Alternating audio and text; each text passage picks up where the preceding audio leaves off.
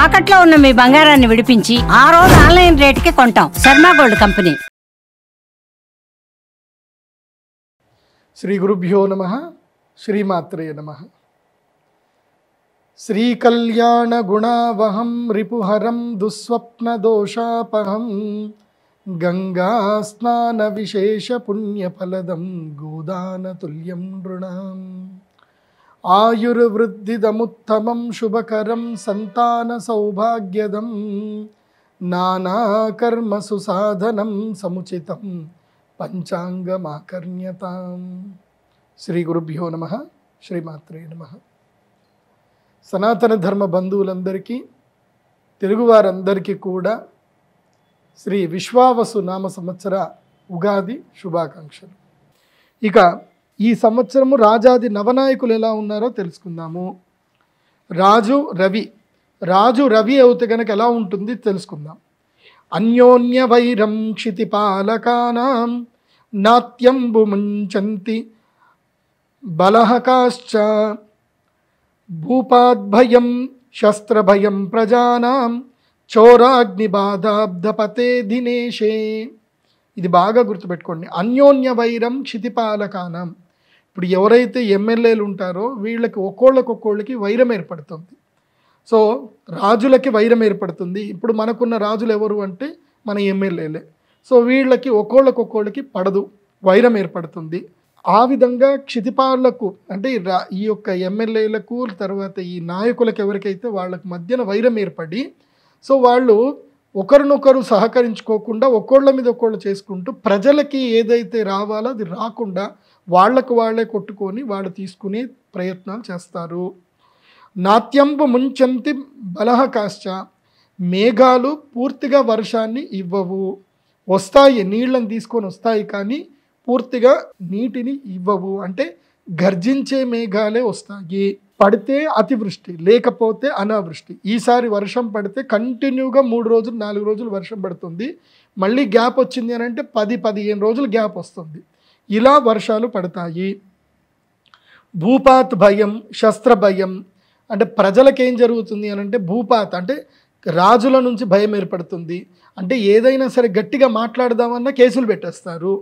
So ఏదైనా ఇది తప్పు జరుగుతుంది, ఇది కరెక్ట్ లేదు అని చెప్దామంటే కూడా భయపడతారు. ఏమైనా భయపడితే ఇమీడియట్లీ వాళ్ళ మీద ఏదో కేసులు పెట్టేస్తారు, లోపలికి తోచేస్తారు. అలాగే శస్త్ర భయం. సో శస్త్ర భయం కూడా ఏర్పడుతుంది.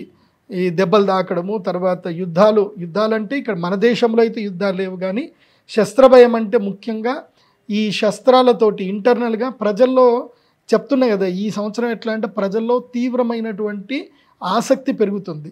ఏది ధనం మీద ఆసక్తి విపరీతంగా పెరిగిపోతుంది. అత్యాశతో తప్పులు చేయడానికి వెళ్తారు. దానితో శస్త్ర భయం, శస్త్రాలు పట్టుకొని తిరుగుతారు. తర్వాత ప్రజలకు ఏం జరుగుతుంది? చోర అగ్ని బాధ అబ్ధపతౌ దినేశే. సో చోర భయం జరుగుతుంది, అగ్ని భయం జరుగుతుంది.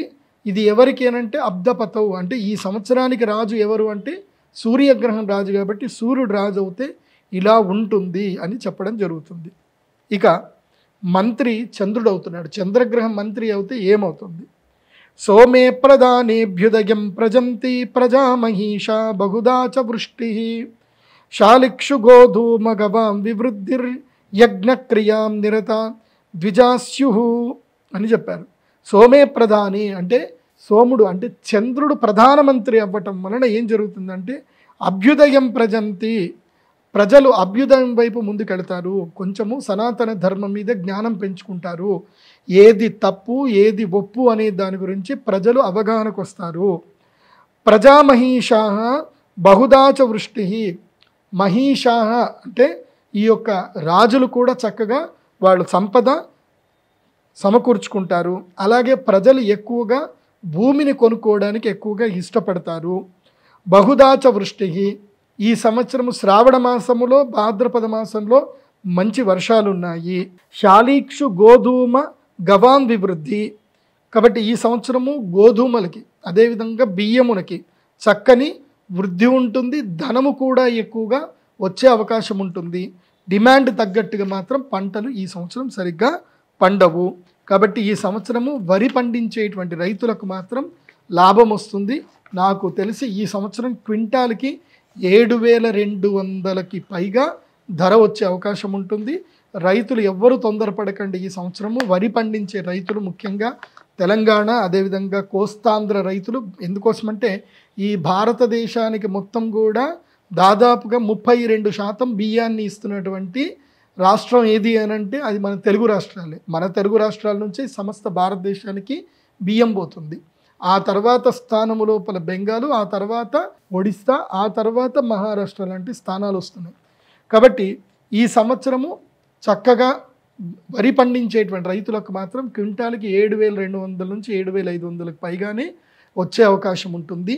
కానీ సామాన్య ప్రజలు, బియ్యం కొనుక్కునే ప్రజలకైతే బియ్యము ధర 1 కేజీ 90 రూపాయలకు పైగా వెళ్ళిపోతుంది. అంటే మంచి సోనా మసూరి బియ్యము రా రైస్ కొనుక్కుందామంటే 90 రూపాయలకు పైగా బియ్యం వెళ్ళిపోతుంది. ఆల్మోస్ట్ 100 కూడా దాటొచ్చు బియ్యం ధరము. సో ఇప్పుడు మనకి 26 కేజీల బియ్యము ఎంత 18,000కి దొరుకుతుంది. అంటే లోయెస్ట్లో చూసుకుంటే, హైయెస్ట్లో చూసుకుంటే ఆల్రెడీ ఇప్పటికీ 2,700 అయిపోయింది. సో ఇప్పుడు బియ్యము ధర, అంటే సామాన్య ప్రజలు కూడా బియ్యం కొనుక్కోవాలంటే మినిమము 2,000 రూపాయలు పెట్టే పరిస్థితికి ఈ సంవత్సరం వస్తుంది. సో ఈ సంవత్సరము పెట్రోల్ ధరలు పెరుగుతాయి, కిరోసిన్ పెట్రోల్ ధరలు అయితే పెరుగుతాయి. అదేవిధంగా నూనె గింజలు, వెన్న, నెయ్యి, పంచదార, వెండి, బంగారం వస్తువుల ధరలు హెచ్చుగా పెరుగుతాయి. నూనె పెరుగుతుంది, నెయ్యి ధర కూడా పెరుగుతుంది. ఇప్పుడు నెయ్యి అంటే నేను చూస్తూ ఉంటున్న నెయ్యి, నా చిన్నప్పటి నుంచి చూస్తున్న 100 రూపాయలు 80 రూపాయల కేజీ చూసిన నెయ్యి ఇప్పుడు 600 రూపాయల కేజీ ఉంది. ఇప్పుడు ఈ సంవత్సరము 750కి పైగా నెయ్యి ధర పలుకుతుంది. తర్వాత సేనాధిపతి రవి అవుతున్నాడు. అంటే సైన్యానికి అధిష్టాన దేవత ఎవరు అంటే ఈ సంవత్సరం సూర్యుడు అవుతున్నాడు.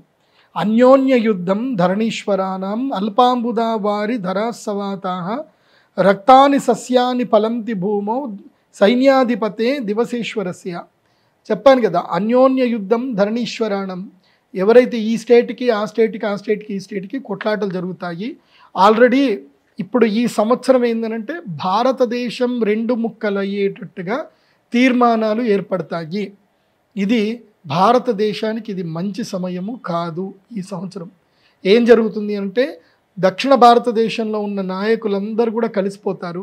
కేరళ, తమిళనాడు, అదేవిధంగా కర్ణాటక, ఆంధ్రప్రదేశ్ కొంచెం సైలెంట్గా ఉంటారు. ఎందుకోసమంటే ఇప్పుడు వాళ్ళు ఇండియాలో ఉన్నారు కాబట్టి.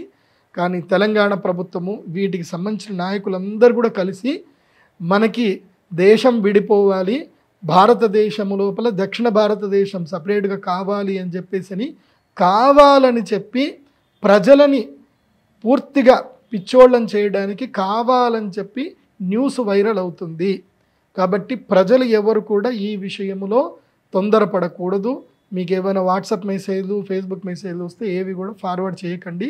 వాళ్ళు ఏమీ ఉండదు, వాళ్ళు జస్ట్ ఒక మెసేజ్ ఇస్తారు. కొట్టుకొని వచ్చేది సామాన్య ప్రజలే. కాబట్టి సామాన్య ప్రజలు ఎంత అదుపులో ఉంటే అంత మంచిది. అందుకే సేనాధిపతి రవి అయ్యాడు కాబట్టి ఏమంటే అన్యోన్య యుద్ధం, ఒకళ్ళొకళ్ళు యుద్ధం చేసుకుంటారు. సో కర్ణాటక వాళ్ళకి, తర్వాత తమిళనాడు వాళ్ళకి కావేరీ వివాదం మళ్ళీ మొదలవుతుంది. ఇలా వివాదాలు జల వివాదాలు ఎక్కువగా మొదలవుతాయి. కాబట్టి నేను ప్రజలకు చెప్పేది ఏంటంటే మీరు సాంత్వనంగా ఉండండి. ఇవన్నీ డ్రామాలే. వాళ్ళు మనల్ని రెచ్చగొడతారు, వాళ్ళు హ్యాపీగా మందేసుకుంటారు, చీకట్లో మందేస్తారు. కానీ మనల్ని మాత్రం ముందుకు దోచి మనల్ని ఇబ్బంది పెడతారు. సామాన్యుడి యొక్క జీవితం పాడైపోతుంది. సామాన్యులు చాలా విచక్షణతో ఉండాలి, ఎలాంటి గొడవలకు దిగకూడదు. అర్ఘాధిపతి రవి అవుతున్నాడు. అంటే మేఘాలు వర్షం కురిపించే అతను సూర్యుడే అవుతున్నాడు ఈ సంవత్సరం కూడా. అల్పవృష్టి అనర్ఘశ్చ క్షుద్భయం సమరాద్భయం రక్తధాన్య వివృద్ధిశ్చ సూర్యే అర్ఘాధిపో యది. ఈసారి ఆకలి బాధలు పెరుగుతాయట, మనకి కాదు. మన అదృష్టం ఏందనంటే మనం అందరం సనాతన ధర్మం పాటిస్తున్నాం, అన్నదానాలు చేస్తున్నాం.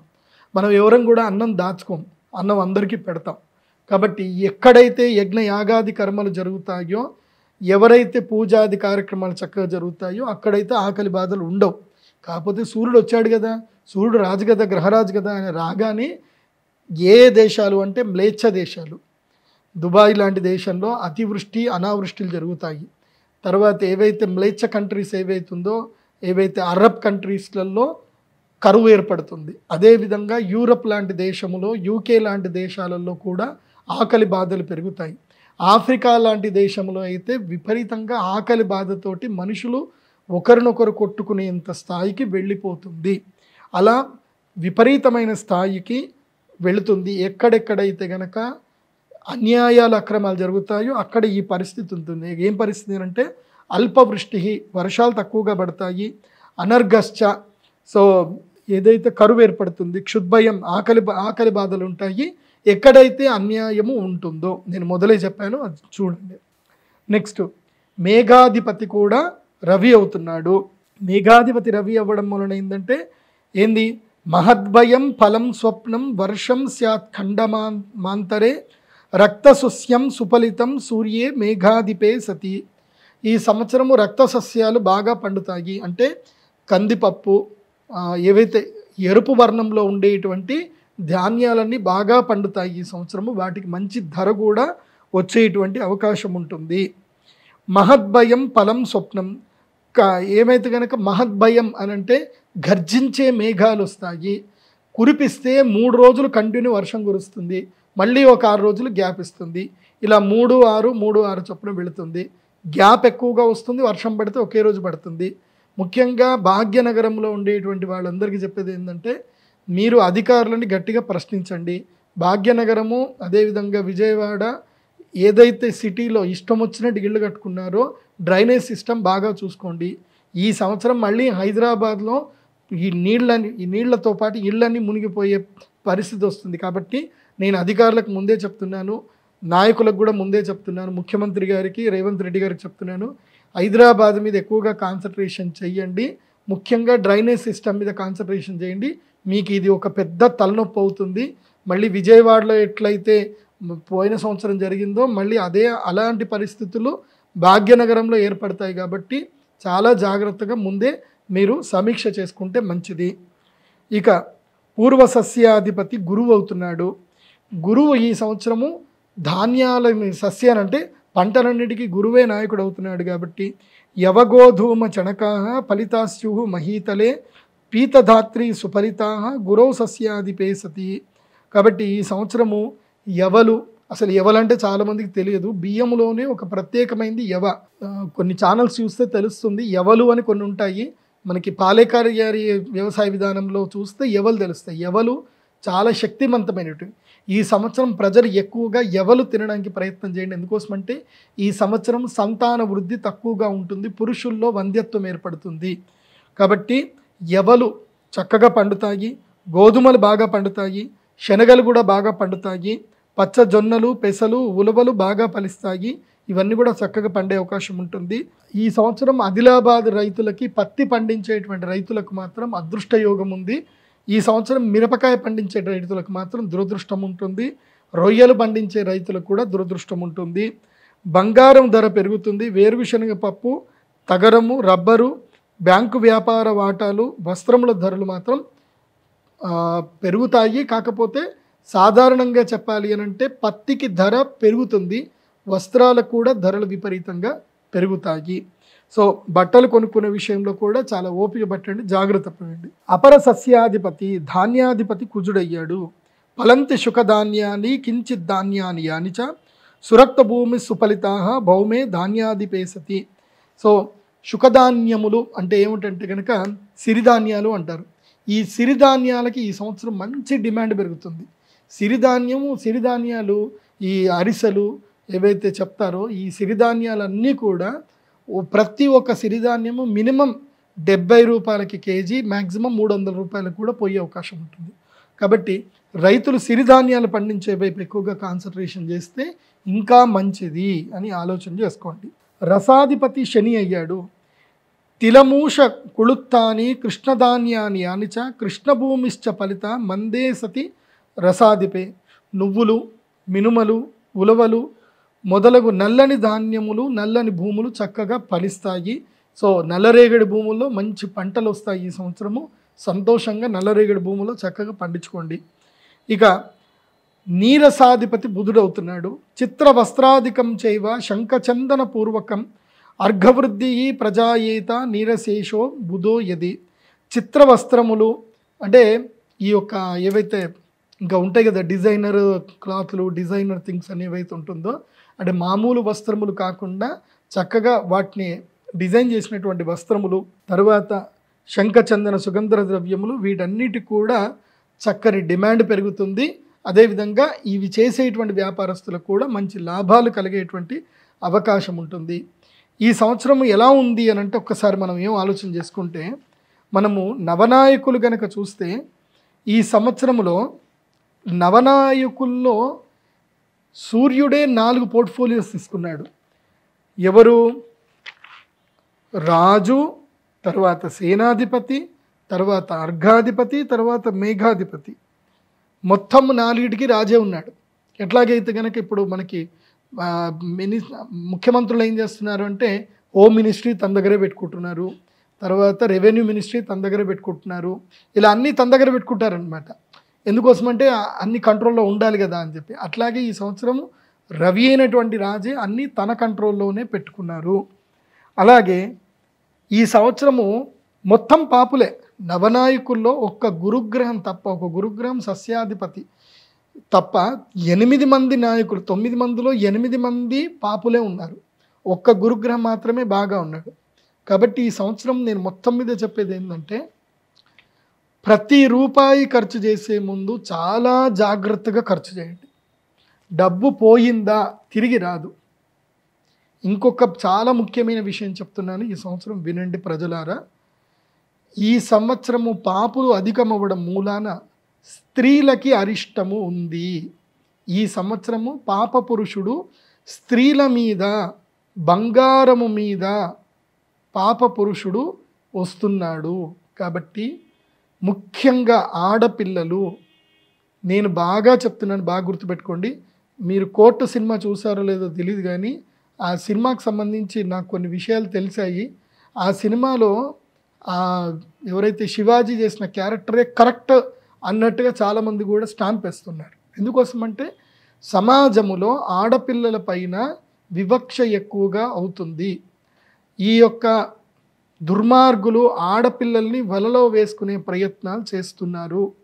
కాబట్టి ఆంధ్రప్రదేశ్లోను, తెలంగాణ రాష్ట్రంలోను, మహారాష్ట్రలోను, కర్ణాటకలోను, ముఖ్యంగా గోవా ప్రాంతంలో, తమిళనాడులో, తర్వాత నార్త్ ఇండియాలో, బెంగాల్లోను, నేను మీ అందరికీ చెప్పేది ఏంటంటే, ఈ సంవత్సరము ఆడపిల్లలకి కష్టం ఎక్కువగా ఉంది. మీ పిల్లలు ఎవరైనా 10th, ఇంటర్ చదువుతుంటే మీ పిల్లలకి సభ్యత నేర్పించండి. ఒంటి నిండా వస్త్రాలు ధరించేటట్టుగా సభ్యత తప్పకుండా నేర్పించండి. పిల్లలకి ఏది చెడు ఏది మంచి నేర్పించండి. కూర్చోబెట్టి కౌన్సిలింగ్ ఇవ్వండి. అనవసరంగా సోషల్ మీడియాలోకి ఎక్కువగా వెళ్ళిపోవడము, ఆ సోషల్ మీడియాలో ఉండేటువంటి ఫోటోలన్నీ డీప్ ఫేక్ చేయడము, వాళ్ళకి మెసేజ్లు పంపించేసి వాళ్ళని బ్లాక్మెయిల్ చేయడము, ఇలా చాలా తీవ్రతరంగా టెక్నాలజీ, సైబర్ క్రైమ్ బాగా పెరుగుతుంది. కాబట్టి సోషల్ మీడియాలో తక్కువగా ఉండండి. ఒకవేళ ఎవరైనా మిమ్మల్ని బెదిరించినా భయపడకండి. చాలామంది భయపడి పోలీసులు చెప్పడానికి భయపడతారు. ఎందుకోసమంటే అక్కడికి చెప్తే మమ్మల్ని ఎంక్వైరీని తిప్పుతారండి, మేమేం చేయలేము అని చెప్పి ఇటు భయపడ్డమా, కంప్లైంట్ చేయడమా ఏది తెలియని తటస్థంలో ఉంటారు. చట్టాల మీద అవగాహన పెంచుకోండి. ఎంతమంది, నేను అందరికీ చెప్పేది ఏంటంటే, ప్రతి కుటుంబానికి ఒక 5గురు చాలా ముఖ్యం. ప్రతి కుటుంబానికి 5గురు పరిచయస్తులు చాలా ముఖ్యం. ఒక కుటుంబ పెద్దకి 5గురు పరిచయం ఉండాలి. 1 జ్యోతిష్ శాస్త్ర పండితుడు, సమస్తము తెలిసినటువంటి విచక్షణ కలిగిన జ్యోతిష్ శాస్త్ర పండితుడు. 2వది ఒక అడ్వకేట్. 3వది ఒక బ్యాంకింగ్కి సంబంధించిన అధికారి. 4వది ఒక పోలీసు అధికారి తప్పకుండా తెలిసి ఉండాలి. 5వది ఒక డాక్టర్ గారు తెలిసి ఉండాలి. ఈ 5గురు పరిచయాలు మీకు తప్పనిసరి. ఈ 5గురు పరిచయాలు ఉంటే ఇప్పుడు చాలామంది ఛానల్ చూసి ఎవరైతే చెప్తే చేసేసుకొని ఇబ్బందులు పడుతున్నారు. కాబట్టి డాక్టర్ చాలా ముఖ్యం. తర్వాత మీ యొక్క సర్కిల్ ఇన్స్పెక్టర్, మీ యొక్క ఇంటికి దగ్గరలో ఎవరైతే SHOలు ఉన్నారో వాళ్ళకి వెళ్ళి ఉగాది తర్వాత కానీ ఎప్పుడైనా వెళ్ళి స్వీట్ ఇవ్వండి. పరిచయం పెంచుకొని రండి. ఏదైనా కష్టం వస్తే SHOలు అంటే స్టేషన్ హౌస్ ఆఫీసర్లే మిమ్మల్ని కాపాడతారు. కాబట్టి వాళ్ళతో పరిచయం పెంచుకొని రండి. ఒక స్వీట్ ఇవ్వండి. వాళ్ళకు కూడా ఉగాది చెప్పండి. ఎందుకోసమంటే వాళ్ళు మనల్ని రక్షిస్తారు. కాబట్టి రక్షక భటుల్ని కూడా మనము గౌరవించాలి. వాళ్ళకి మనము పరిచయం పెంచుకుంటే మంచిది. కాలనీలు అందరూ కూడా ఐకమత్యంగా ఉండండి. ఈ సంవత్సరము దొంగలు బాగా పెరుగుతారు, జాగ్రత్త గుర్తుపెట్టుకోండి. కాలనీలలో సీసీ కెమెరాలు తప్పకుండా పెట్టుకోండి, అలర్ట్స్ పెట్టుకోండి. అదేవిధంగా ఆడపిల్లల విషయంలో వాళ్ళ ఫోన్లు తప్పకుండా చెక్ చేయండి. ప్రైవసీ అవి ఇవి ఏమీ చెప్పకండి. మొన్న ఈ మధ్యనే నాకు సంబంధించిన తెలిసిన వాళ్ళ ఆడపిల్లకి ఎవడో ఫోన్ చేశాడు, వీడియో కాల్ మాట్లాడి, నేను పోలీస్ ఆఫీసర్ని, నువ్వు డిజిటల్ అరెస్ట్ అయ్యావు, నేను ఇమీడియట్లీ అరెస్ట్ చేస్తున్నాము, నువ్వు డీటెయిల్స్ అని చెప్పాలి, ఎవరికి చెప్పొద్దు అని భయపెట్టి ఆ అమ్మాయి దగ్గర నుంచి ఆ అమ్మాయి బతినాడింది, నన్నేమనకండి అది ఇదని. ఆ అమ్మాయి సోషల్ మీడియాలో ఏవైతే రీల్స్ చేసిన ఫోటోలకి డీప్ సీక్ చేసి ఆ అమ్మాయికి కొన్ని చెత్త వీడియోలు పంపించి భయపెట్టి ఆ అమ్మాయి దగ్గర నుంచి 30,000 వరకు డబ్బులు తీసుకున్నారు. సో అలా డబ్బులు తీసుకొని మళ్ళీ మీకు ఫోన్ చేస్తాము, మళ్ళీ నువ్వు డబ్బులు పంపించాల్సింది ఉంటుంది, లేకపోతే నిన్ను వచ్చేసి మా వాళ్ళు అటాక్ చేస్తారు, అరెస్ట్ చేస్తారు, కాబట్టి ఇప్పటివరకు నేను వదిలేస్తున్నాను ఈ డబ్బులు తీసుకొని, మళ్ళీ నేను ఎప్పుడు ఈ విషయం ఎవరికి చెప్పొద్దు అని చెప్పి భయపెట్టారు. పాప మా అమ్మాయి భయపడి డబ్బులు ఇచ్చేసి కంగారు పడిపోయింది. కాబట్టి మీ అందరికి కూడా అయితే చెప్తున్నాను, ముఖ్యంగా ఆడపిల్లలు చాలా జాగ్రత్త.